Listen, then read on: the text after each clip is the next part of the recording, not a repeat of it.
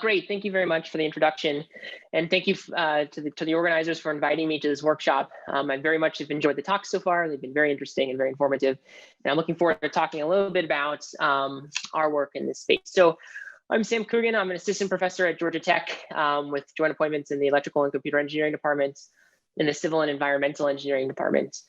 Today I'm going to talk about mixed autonomy in ride sharing networks.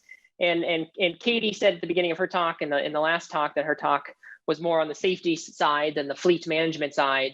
My talks can be more on the fleet management side than on the safety side. So combined, our talks make a great fit for the workshop, I think. Good. So before I dive into the details about this work I'm going to talk about, I just wanted to give a kind of a high level overview of the type of research we do in my lab at Georgia Tech. So for the Formal Methods and Autonomous Control of Transportation Systems lab, we focus on control of autonomous networks with an emphasis on transportation systems. So we have a few different projects, categories of projects that we work on. We have quite a bit of work right now in the space of safe autonomy. How do we ensure safe operations of autonomous systems? This is actually closely related to some talks that were given yesterday. And there's some topics in this domain that I could have talked about for this workshop. It's connected to some work we have ongoing work with formal methods in control systems. How can we formally verify and synthesize controllers? And again, there's some safety aspects to these topics that could have been a good fit for this workshop. But today I'm going to focus on ride sharing networks. Again, not so much on the safety aspect, more on the flow network management, the fleet management side of things. And so that's going to be the focus of today's talk. Good. So let me just paint a little bit of picture as motivation for the type of problem we're going to be thinking about. So I think if you look in the popular media and you just turn on the news and you listen about autonomous vehicles, there seems to be this consensus that autonomous vehicles, for a myriad of reasons, is likely to appear in ride sharing or ride hailing fleets before they show up as individually owned vehicles by and large. And so at the bottom here, I literally found these news articles this morning. They're very easy to find articles where people talk about these major companies, Waymo, Amazon, Uber, introducing autonomous vehicles into ride hailing fleets. And there's a number of reasons why these companies are so interested in introducing autonomous vehicles into their fleets. Obviously, at the end of the day, it's about decreasing cost, either decreasing the operating cost for providing the same service. You don't have a driver in the driver's seat anymore, so you don't have to pay the driver for the trip.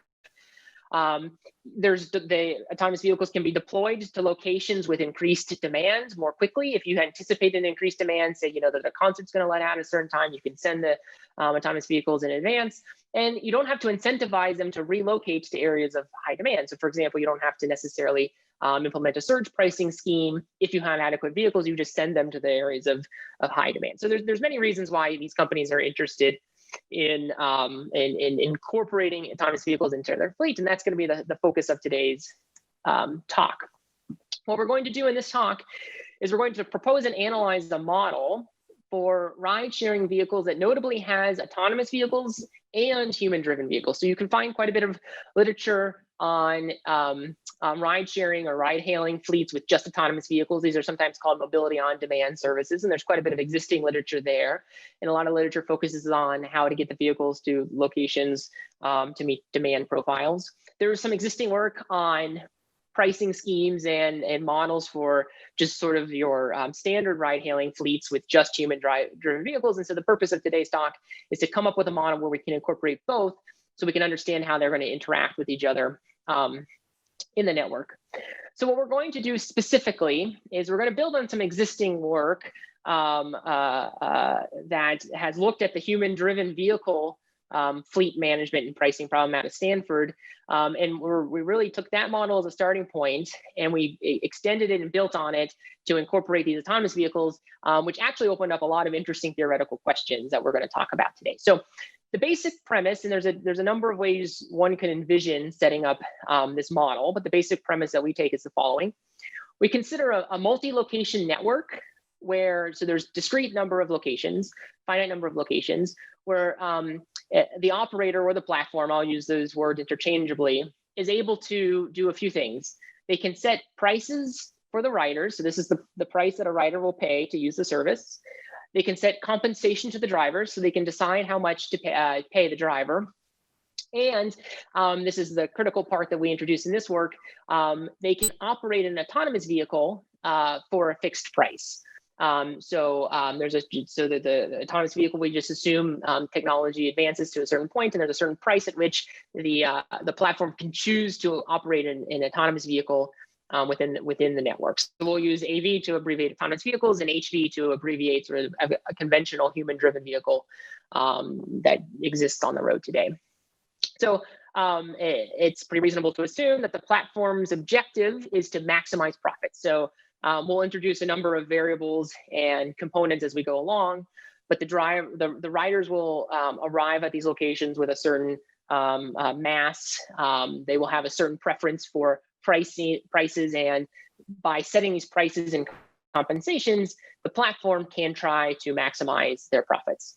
And we're going to focus on equilibrium conditions. So we're going to focus on what happens for a network that's in equilibrium. So if a certain number of riders arrives at a location in every time step, and this will be a discrete time model, we can think of it as discrete time, although again, we're focusing on the equilibrium condition, so there won't be any dynamics. But we can think about this as sort of being a process where vehicles travel from location to location in every time step. Riders will show up at every location in every time step, right? So we'll see that there are a number of simplifying assumptions along the way. We can talk about how these assumptions can be relaxed, but what's interesting is there's quite a bit of theoretical insights, I think, to be had just from these simplifying assumptions as well. Pretty much my entire talk today is based off of this IEEE Transactions on Control of Network Systems paper that was recently accepted for publication by myself and my student, Kinshuang Wei, and a collaborator, Ramtin Pedersani, who is a professor at UC Santa Barbara. Good.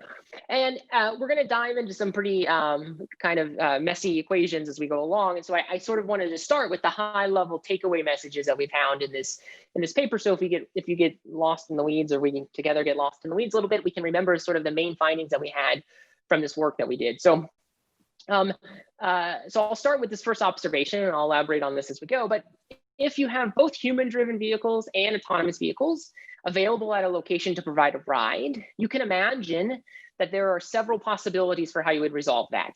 The platform could default to giving preference to the HV. They could default to giving preference to the AV. They could do something in between.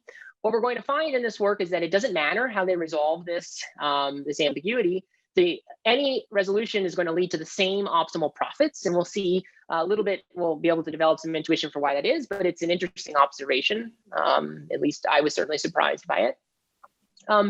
Another main observation we'll make in this work is that based on our model, as the price of autonomous vehicles decreases, we can expect a transition from an HV only system being optimal to an AV only system being optimal. That transition can either be abrupt or gradual, which I find surprising, and it's going to depend on the network specifics. For some networks, as the price of AVs, autonomous vehicles decreases, the platform is going to find it optimal to sort of introduce a little bit additional AVs at a time until they reach the point at which they would completely replace their human fleet. In other networks, depending on the parameters, it'll be a very sudden shift. Once AVs decrease below a certain price threshold, they will suddenly choose to implement only autonomous vehicles instead of human-driven vehicles.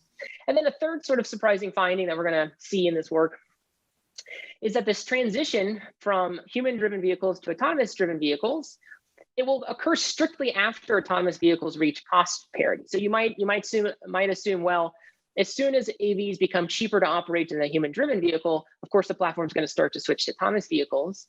What we'll see in this model, and it's partly it's the way the model's set up, but it is also sort of a natural way to think about this.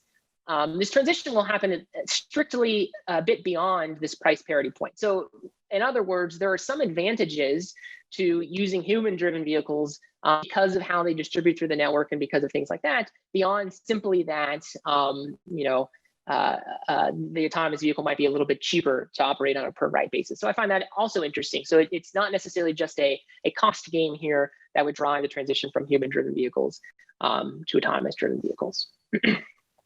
Okay. So with sort of the main findings behind us, so sort of the punchline out front, let me explain the outline for the remainder of the talk. So we'll spend a few slides defining this ride sharing model that we want to study with mixed autonomy. And then we'll set up the equations defining an equilibrium for the network. It's going to be kind of a messy set of equations, very non-convex, not obvious that it would be solvable.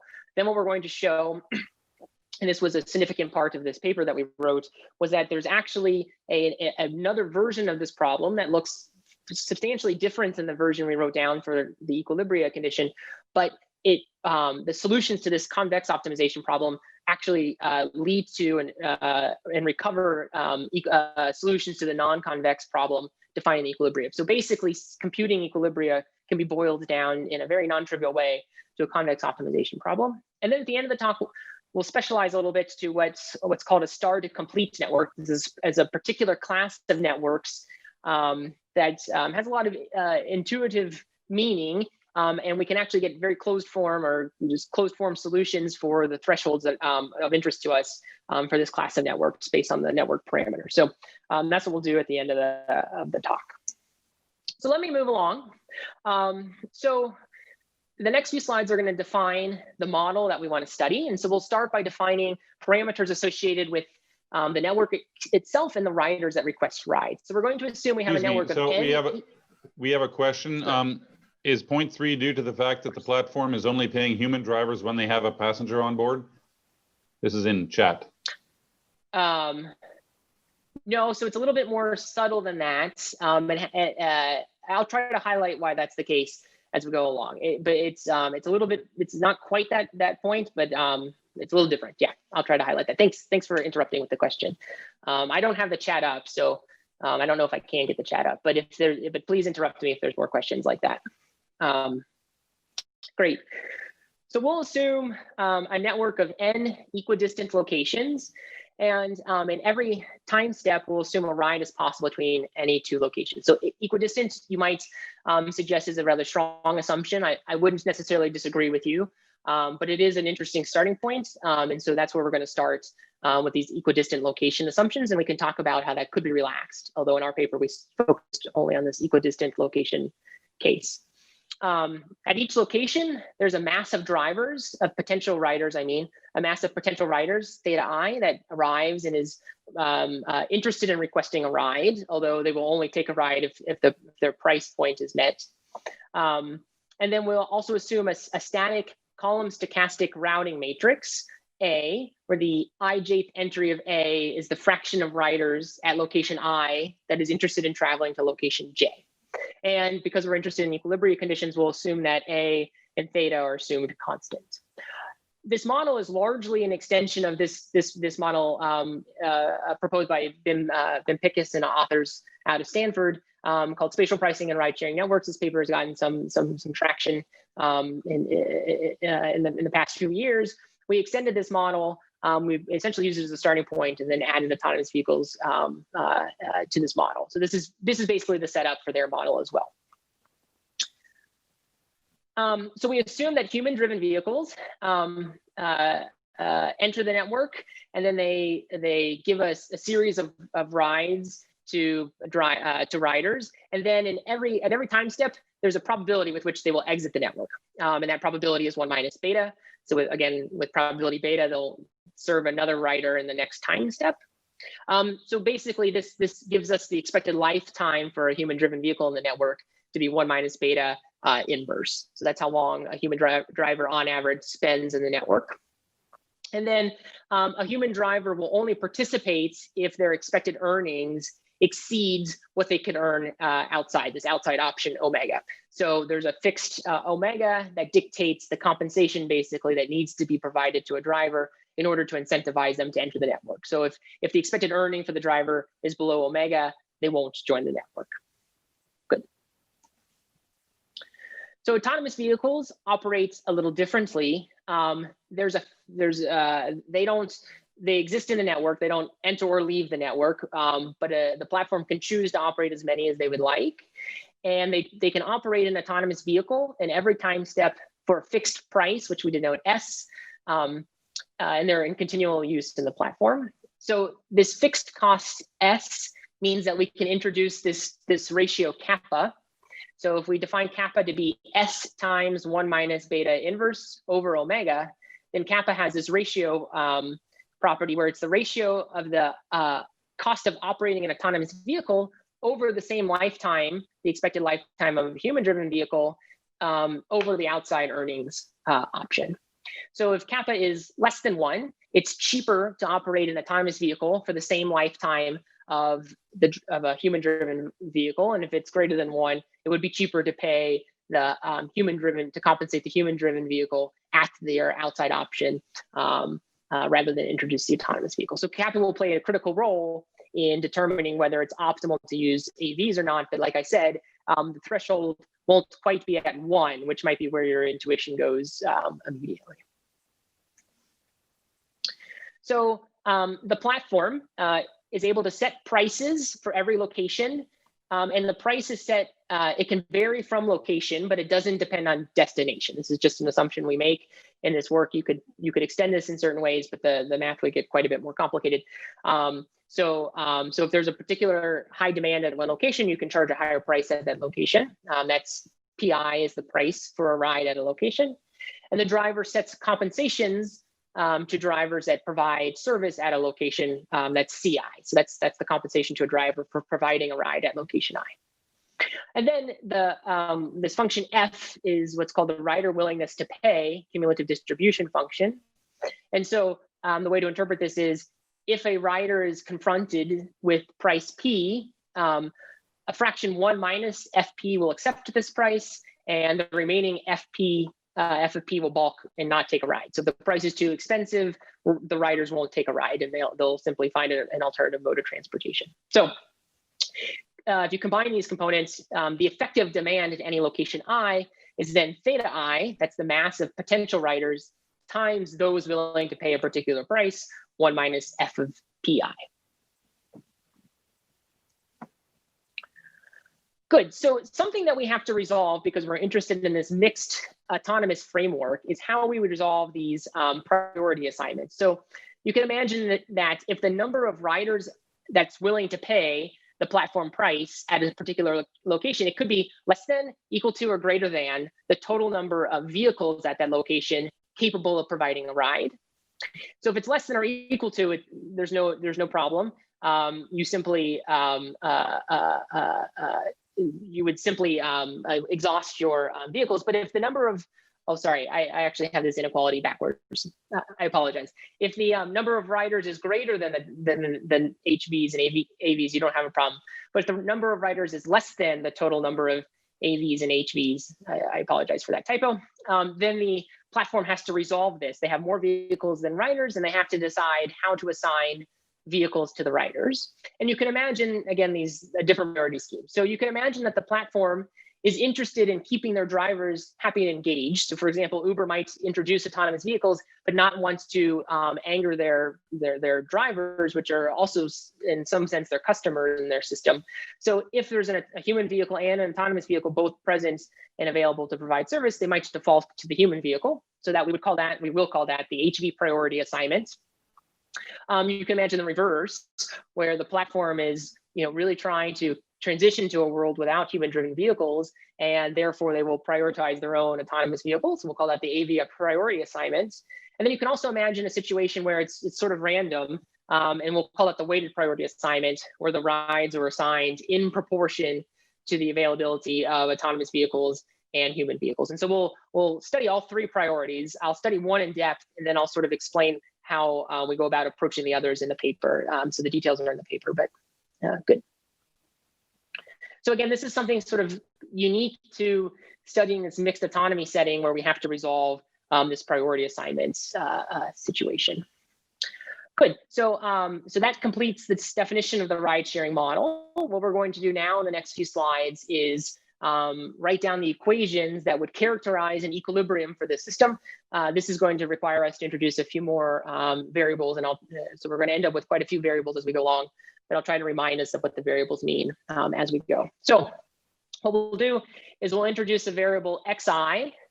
This will be the number of human-driven vehicles at location I again, you could index this by time, but we're thinking about an equilibria condition. So we won't ever index our variables by time because we're thinking of these as variables at equilibrium. Yij will be the number of human-driven vehicles that is currently at location I, and in the next time step is going to relocate to location J without providing a ride. So these are going to be vehicles that don't receive a ride and are trying to relocate to a better location to get a ride in the next time step. And so we can write down a simple equation relating these y variables to these x variables. So recall that theta times 1 minus f of pi, this is our effective demand at location I. We have xi vehicles at location I. So this difference, if it's positive, is the number of human-driven vehicles that do not provide a ride at location I. And these human-driven vehicles will divide among locations J. So if I add up all of the variables of Yij, they have to be equal to this, the number of HVs without rides at location I. So this is our first equation that would govern an equilibrium for our ride-sharing model. We'll also assume that at any given time step, because human-driven vehicles leave the network with a certain rate beta, they also have to be introduced into the network with some exogenous input. We'll call this delta I. This will be the number of new drivers who enter the platform at location I. And then simply by conservation of mass, we can write down this, this equation, which must hold at equilibrium. So again, if we take a look at this minimization here, the min of xj and theta j1 minus f of pj, this here is the total demand that's served by human-driven vehicles at location j. Excuse me, so we have one more question. Is the price P sub I per kilometer price, or is it the total price regardless of the distance? That's a good question. So this will be the total price regardless of distance, and we're assuming equidistant location. So if we wanted to do something that's per kilometer, we would have to be a little bit more creative with these equations. But this is going to be a per ride basis. That's a good question. And I think I was able to pull up the chat, so I'll try to keep an eye, although it didn't have that question in, so maybe that was just a question to you. But good. Was there another question? No. Okay. Good. So and I should have clarified. So we're currently focusing on the HV priority assignment. So riders will be assigned to human-driven vehicles before they're assigned to autonomous vehicles. That's why we're dealing with the human-driven vehicles first. Then on the next slide, we'll talk about the autonomous vehicles. So back to this second equilibrium equation here. So I can find this demand of HVs at location J, and then I can sort them through the routing matrix, and I can determine the total number of human-driven vehicles that will show up at location I after completing rides. This summation over here is the number of HVs that will relocate to location I without providing a ride. And then delta I is the number of vehicles that arrive at location I. So if I sum together all these components, I have to weight by the probability that a driver decides to exit the platform. But by conservation of mass, this summation has to be equal to xi, the number of vehicles at location I. And again, just to reiterate, this is at equilibrium, which is why I can write down these mass conservation equations. Good. So what about the autonomous vehicles? It's a little, the equations are a little bit hairier simply because I have to account for the fact that I assign riders to human-driven vehicles first, but other than that, the logic is the same. So I'll introduce Zi as the number of autonomous vehicles at location I, and I'll introduce Rij as the number of autonomous vehicles at location I that relocate to location J without providing a ride.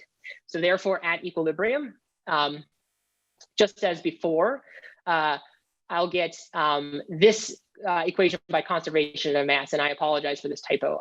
Alpha should be A sub Ji. I tried to switch them all, but I forgot this one. So this is the routing parameter A sub Ji.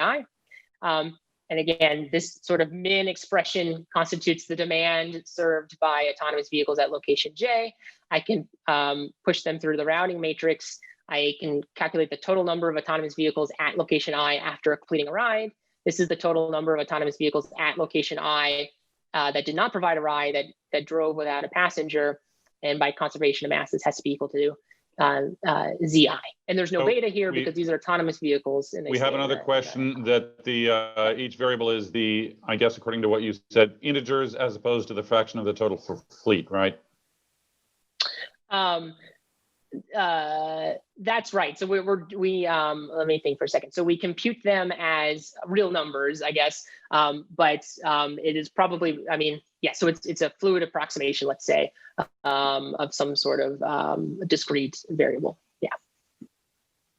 Or I guess I can normalize and make them all between 0 and 1. I believe in our numerical example we didn't do that, if I can remember correctly. Okay, so this constitutes the third equation on equilibrium. And then again, we have this fourth equation, which just dictates the relocating autonomous vehicles. So again, this is just sort of what's the vehicles moving around, and the mins and max simply accommodate the fact that a priori, we don't know if we have more vehicles or more riders at any location. Okay, so these four equations, the two on this slide, two on this previous slide, are the equations that would constitute an equilibrium for our system. Good. So what we can do now is we can introduce a cost function VI. This would be the expected future earnings for a driver at location I.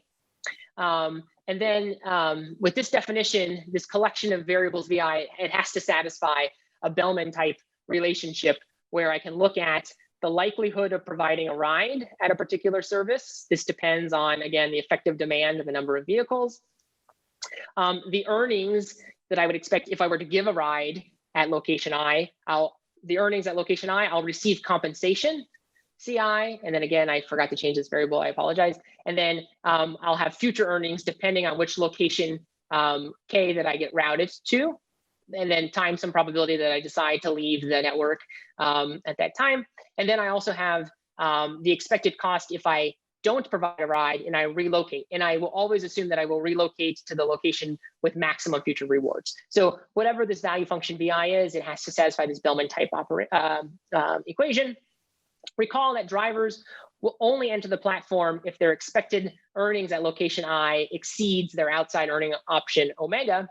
And because CI shows up here in this equation, the platform can always dial down CI just to get to the cusp of this inequality.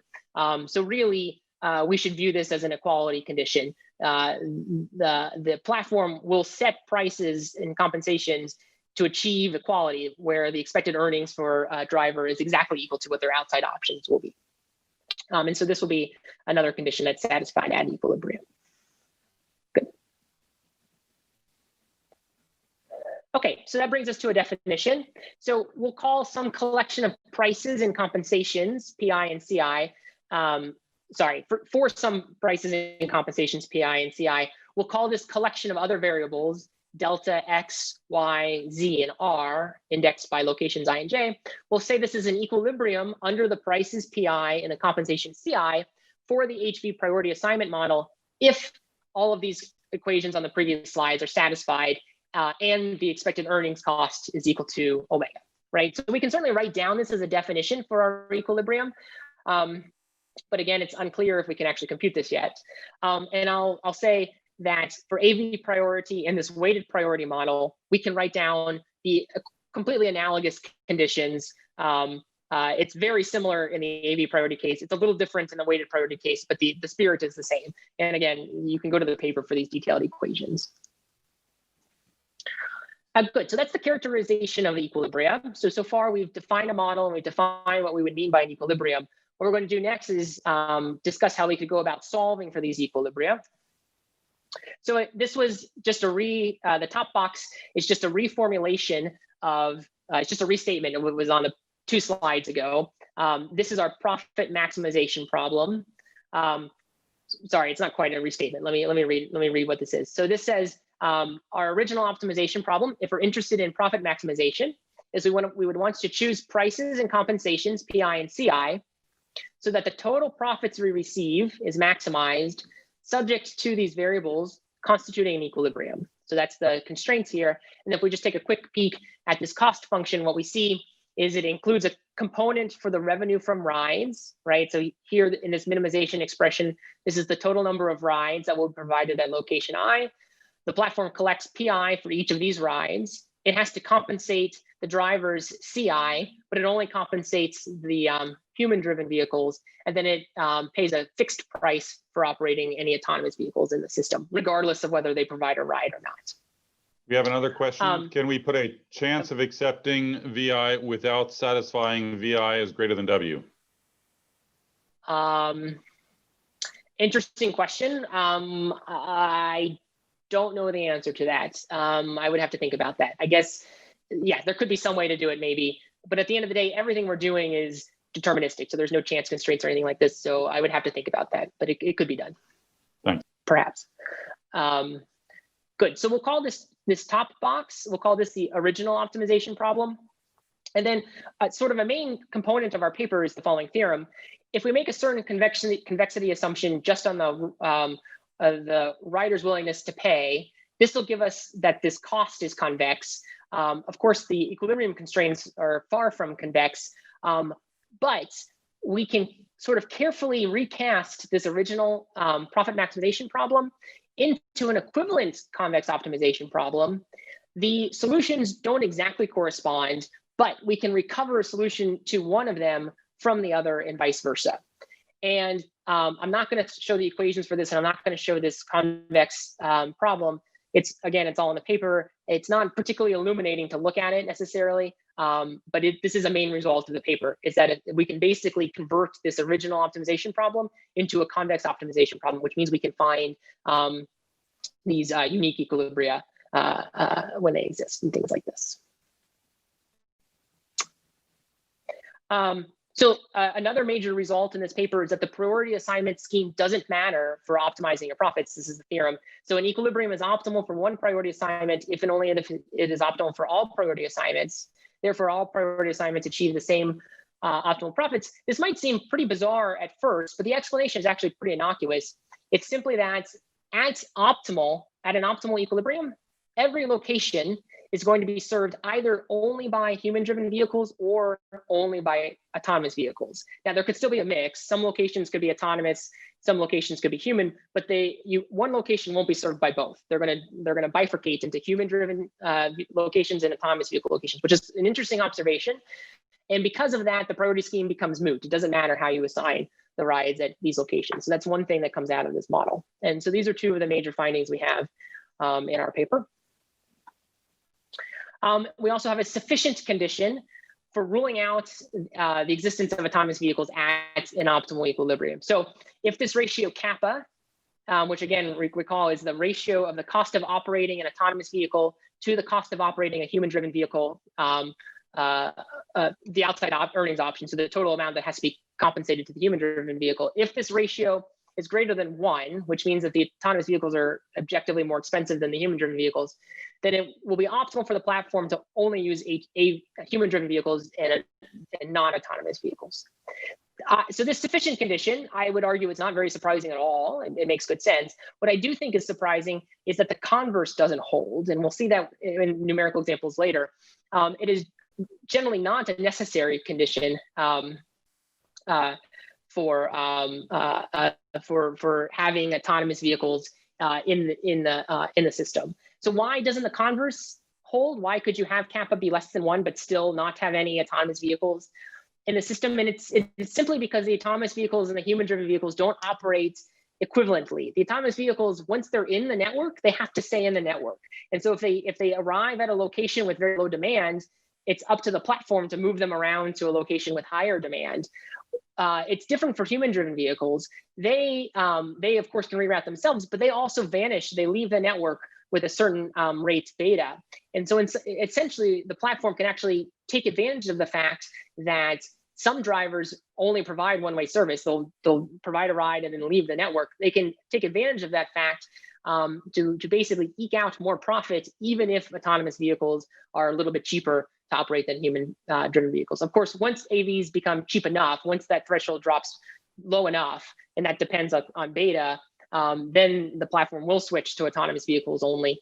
But it's not as this stark contrast kappa equal 1 that you might a priori expect here. So that brings us to the last part of this talk, where I'm going to focus on a class of Startercomplete networks. This class is also introduced in that BIM Pickus paper I mentioned at the beginning of the talk, and we also studied it. We studied it in a pretty different context than that paper, but it was an instructive network class of networks to consider. So I'll talk about that a little bit. Let me just briefly define what a Startercomplete network is. So a Startercomplete network has a single parameter zeta between 0 and 1. That single parameter defines an adjacency matrix that is a convex combination, a weighted combination of a complete equal weight adjacency matrix and an all to 1 star adjacency matrix. So if zeta is equal to 1, then the network is just a star network. There's a bunch of radial locations all trying to get to a central location. If zeta is equal to 0, then it's just a complete network. No location has any particularly more demand for rides than any other location. Then zeta in between weights these two extremes. So here's our final theorem in the paper. For Startercomplete network, there are two types of cases that are possible, and which case happens depends on the relationship between zeta and beta. In the first case, there exists a crisp level K1 such that if the kappa level is less than K1, you have AV only as being optimal. So AVs are cheap enough that you have only autonomous vehicles. And if kappa is greater than K1, you have only human-driven vehicles. So there's a discrete change. Once this kappa price, once AVs decrease below this threshold K1, it'll be a sudden change, and the platform will find it optimal to switch wholesale over to autonomous vehicles. But there's a different situation. Again, it depends on the network and it depends on beta, where there's actually a gradual transition. You'll actually get two parameters, K1 and K2. And basically, if kappa is below K1, you have AV only. If kappa is above K2, you have HV only. But there is this regime for kappa in which the platform will mix a little bit of autonomous vehicle and a little bit of human-driven vehicle in the network. And we show in the paper that all of these parameters we can find in closed form for this class of networks. So here's just a very simple example. This is a 3-location Startercomplete network where we have a sort of a central node 1. You can think of this as like, a downtown city center on an evening or a concert hall or something like this.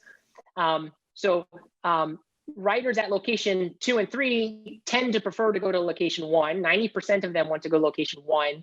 The other 10% want to go to the corresponding location 3 or 2. If you're at location 1, then you just have equal weight to go out to the radial nodes, location 2 and location 3. So this is just an example of a Startercomplete network with a certain ratio in it. What I'm plotting down here is two cases. The first case has beta equal to 0.95, which means that human-driven vehicles stay in the network for a long time. They provide a lot of service before they exit the network. In the second example, beta is equal to 0.8. So they stay in the network for a comparatively shorter amount of time before they leave the network. So on the left, this case where beta is 0.95, this falls into that first case where there's a crisp dividing point. Notice that this dividing point is a little bit below 1. So again, if you think of the price of autonomous vehicles as decreasing from the right, as autonomous vehicles get cheaper and cheaper and cheaper, the optimal solution is to use human-driven vehicles only. That's this dashed line. The blue is this mixed autonomy situation. This is our solution to our optimization problem. The dashed yellow and the dotted red, these are the cases if I forced the platform to only use human-driven vehicles or autonomous vehicles only. So what we see is that the mixed autonomy setting uses only humans until this critical point here at K1, and then it uses only autonomous vehicles beyond that, and the optimal profits, of course, will go up as the cost of autonomous vehicles decreases. That's what's shown here. But again, it's the stark division point at this location, kappa equal to something close to 0.98. In contrast, when beta is a little bit smaller, we now have these 2 points, and the optimal solution is to use human-driven vehicles for until this first point, and then to blend human-driven vehicles and autonomous vehicles up until some secondary point, in which case you have only autonomous vehicles. Good. So let me just recap with the exact same main findings I had on my second slide or third slide. What we showed in this paper, we presented a model for ride-sharing networks with human-driven vehicles and autonomous vehicles, and we studied this condition at equilibrium. I think there's been some increased interest lately in studying it not at equilibrium, but this paper focused on the equilibrium conditions. We showed that if both human-driven vehicles and autonomous vehicles are available to provide a ride, you could reasonably suggest at least we were able to come up with 3 reasonable models for dividing riders to drivers. But it turns out that it's moot for this example. They're all going to generate the same optimal profits, which is an interesting finding. The second finding we had was that the transition from a human-driven HV only to an AV only scenario, it can be abrupt or it can be gradual as the cost of AVs decreases, and it depends on the specifics of the network, which is interesting. And then the third point is that this transition period will happen sometime at least a little bit after AVs reach cost parity with HVs. And this is because there's just some intrinsic extra overhead with operating AVs in the network that doesn't even come out in the cost itself. Just having to relocate them to areas of higher demand, et cetera. So there is some flexibility in the platform being able to entice human-driven vehicles to enter and exit the network at different locations. So again, this is essentially all based on this paper that was recently accepted, and you can find this preprint of this paper on my website. And I thank you very much for your time, and I'll happily answer any questions that folks may have.